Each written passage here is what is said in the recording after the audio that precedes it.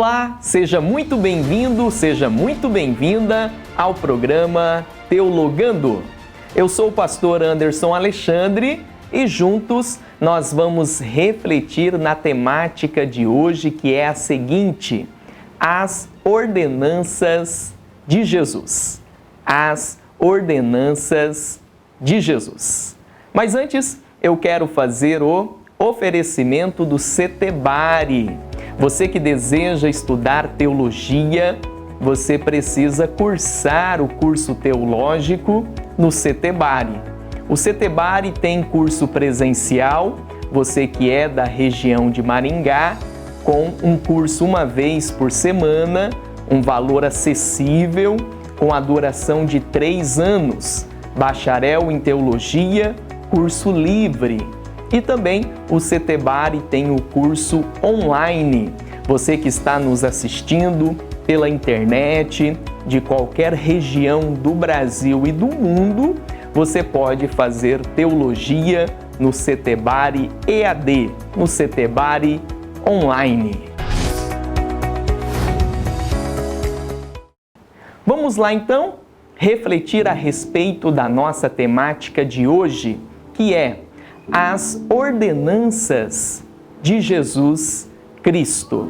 Então vejamos, o Evangelho de Mateus, capítulo 26, e o versículo 26 nos diz assim: enquanto comiam, Jesus pegou um pão e, abençoando-o, o partiu e deu aos discípulos, dizendo: tomem, comam, isto é o meu corpo. A seguir, Jesus pegou um cálice e, tendo dado graças, o deu aos seus discípulos, dizendo: bebam todos dele, porque isto é o meu sangue, o sangue da aliança, derramado em favor de muitos, para remissão de pecados. E digo a vocês que, desta hora em diante, nunca mais beberei deste fruto da videira até aquele dia em que beberei com vocês o vinho novo no reino de meu Pai. E tendo cantado um hino, saíram para o Monte das Oliveiras. Aqui no Evangelho de Mateus, capítulo 26, do versículo 26 ao versículo 30, nós temos uma das duas ordenanças de Jesus Cristo, que aqui no caso é a Santa Ceia, a Ceia do Senhor. Porém, um pouco mais adiante, no Evangelho de Mateus, capítulo 28, e o versículo 19, nós temos também uma outra ordenança que Jesus deixou para a sua igreja. Evangelho de Mateus, capítulo 28, e o versículo 19. Portanto, vão e façam discípulos de todas as nações, batizando-os em nome do Pai, do Filho e do Espírito Santo. Portanto, Jesus deixou 2 mandamentos, 2 ordenanças para a Igreja de Cristo: a Santa Ceia e o batismo nas águas. A Igreja Católica segue 7 sacramentos.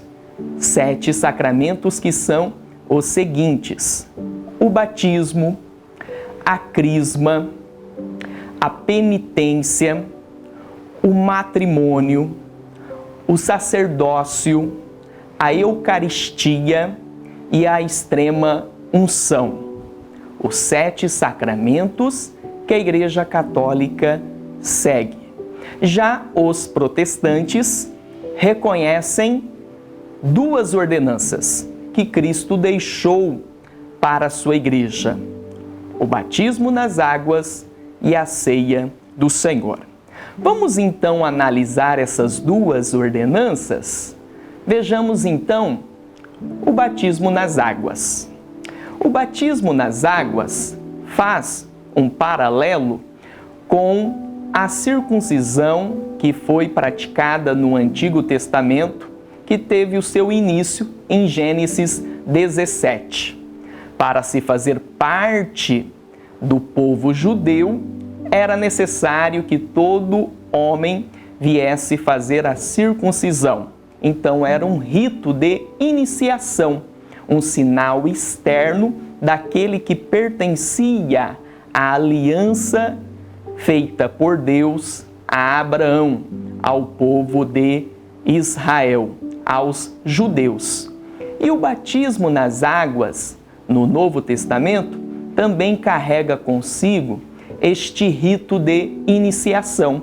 Aquele que está se iniciando a comunidade de fé em Cristo, é necessário que ele venha passar pelo batismo nas águas. A respeito da etimologia, o termo batismo vem do grego baptismo, que significa imersão, aquele que é imergido nas águas. A respeito da origem do batismo nas águas, que no Novo Testamento nós encontramos João Batista realizando o batismo nas águas e era um batismo de arrependimento, a respeito desta origem, nós temos que voltar anos antes de João Batista. Entre Malaquias e Mateus, aquela página em branco, que é conhecida como período interbíblico, ali percorre um período de 400 anos. Entre Malaquias, que é o último livro do Antigo Testamento, e o Evangelho de Mateus, o primeiro livro do Novo Testamento. Dentro daquele período histórico conhecido como período interbíblico, ali se originou a prática em Israel do batismo nas águas. Como? O batismo dos prosélitos. Naquela época, se um pagão, se uma pessoa que não fosse judeu, desejasse seguir a fé judaica, era necessário que esse indivíduo viesse passar pelo batismo das águas, fazer uma profissão de fé, a fé judaica, e também fazer a circuncisão. Então, aquele batismo dos prosélitos era um batismo de arrependimento, para que aquele que não era judeu viesse se tornar judeu, tinha que fazer uma profissão de fé, tinha que fazer o batismo nas águas e tinha que ser circuncidado. João Batista, então, aparece no Novo Testamento pregando o batismo de arrependimento, não para os gentios, não para os pagãos, mas sim para os judeus. Então, João Batista entende que esse batismo nas águas deveria ser realizado e praticado pelos judeus, judeus que tinham que se arrepender de seus pecados. Em Mateus 3, nós encontramos o próprio Cristo sendo batizado nas águas por João Batista. Jesus, então, com 30 anos de idade, ele é batizado nas águas, ele inicia o seu ministério terreno, depois de 3 anos ele é morto e é ressuscitado ao 3º dia e aparece aos discípulos. E aqui no texto de Mateus capítulo 28, versículo 19, Jesus deixou uma ordenança à igreja. Portanto, vão e façam discípulos de todas as nações, batizando-os em nome do Pai, do Filho e do Espírito Santo. Portanto, o batismo nas águas é um rito de iniciação. Aquele que deseja fazer parte da comunidade de fé da Igreja Cristã precisa passar pelo batismo nas águas. É necessário que esse batismo seja feito em nome do Pai, do Filho e do Espírito Santo. Porém, no Novo Testamento, nós temos 6 passagens que nos falam do batismo no nome de Jesus.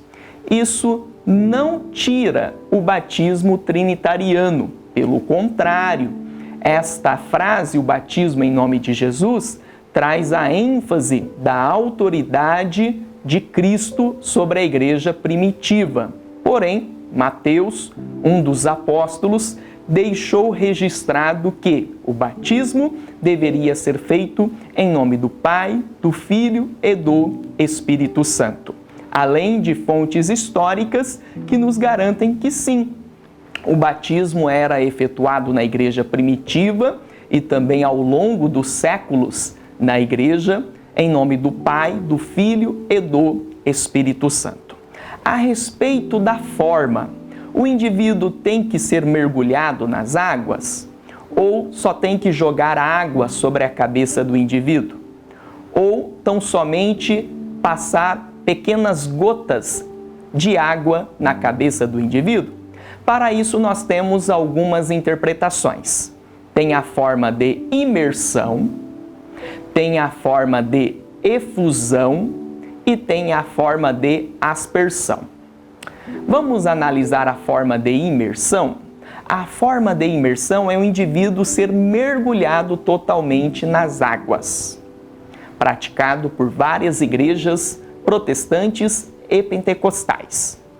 Já a forma efusão é quando joga um pouco d'água na cabeça do indivíduo, que é praticado pelo catolicismo. E tem a forma de aspersão, quando é borrifado pequenas gotas de água na cabeça de um indivíduo, que é realizado por algumas igrejas históricas, como a igreja presbiteriana. Seja como imersão, efusão ou aspersão, o correto é que seja feito com água e no nome do Pai, do Filho e do Espírito Santo. As igrejas pentecostais praticam a forma de imersão. Portanto, Cristo deixou esta ordenança à igreja, a ordenança do batismo nas águas. Esta ação de batizar o indivíduo nas águas representa alguns valores espirituais. Vamos ver então? Quando o indivíduo é batizado nas águas, está representando 3 verdades. Representa que o indivíduo morreu para o mundo, que os seus pecados foram sepultados em Cristo e quando ele se levanta das águas, representa que ele nasceu em Cristo, que ele é agora uma nova criatura. Entretanto, o batismo não tem este poder em si. O batismo é um sinal. O batismo é uma representação. O batismo é um testemunho público de algo que ocorreu no interior do indivíduo, por uma ação do Espírito Santo. Foi o Espírito Santo que o regenerou, que o fez nascer de novo. Foi por meio da fé em Cristo que os pecados do indivíduo foram perdoados. E agora, o batismo é um testemunho público de sinais, evidências das transformações que ocorreram dentro do indivíduo. Como? Ele morreu para o mundo, os seus pecados foram sepultados e ele nasceu como uma nova criatura para Deus. Portanto, nós acabamos de analisar esta ordenança do batismo nas águas. Agora vamos analisar a ordenança da ceia do Senhor.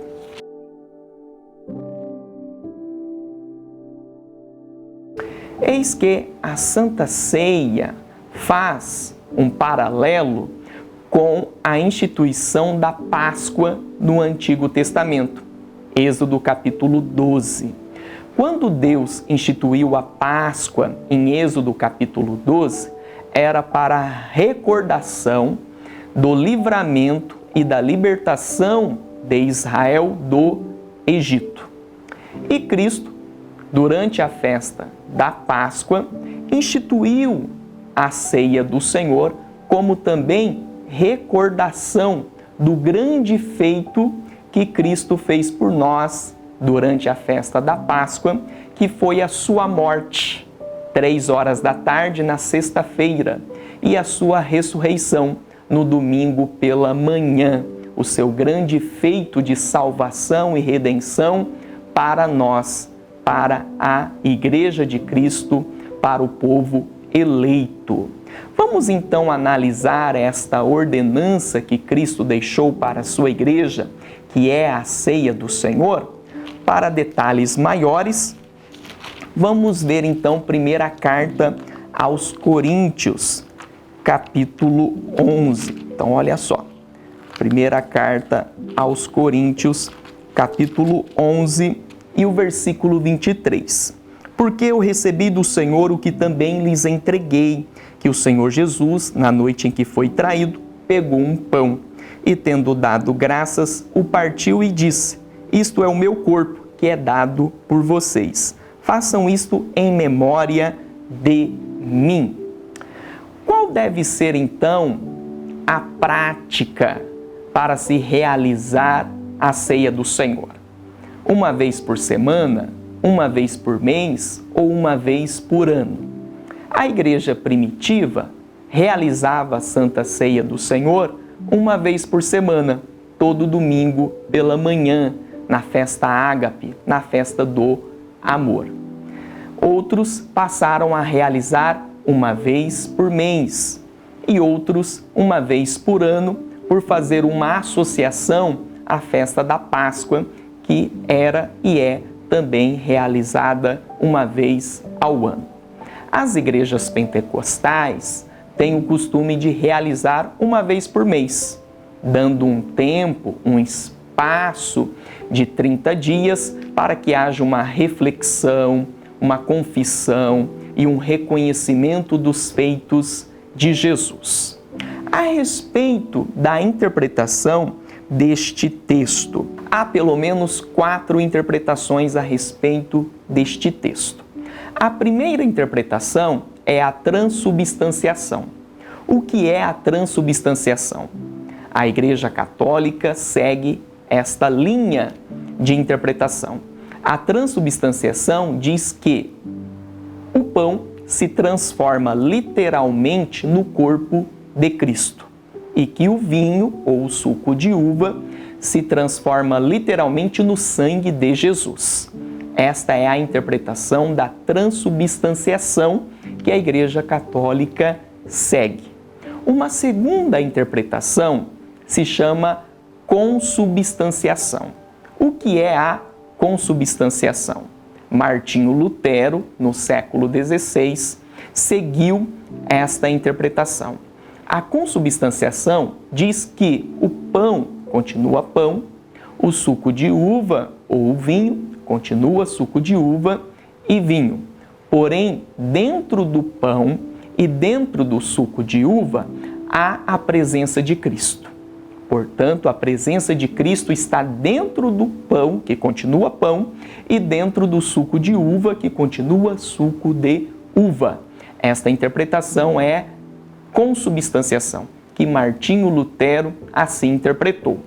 Uma terceira interpretação se chama presença mística. O que é a presença mística? João Calvino, no século XVI, realizou esta interpretação. Ele diz que pão continua pão, que o suco de uva continua suco de uva, porém há uma presença espiritual, uma presença mística de Cristo no culto em que está celebrando a ceia do Senhor.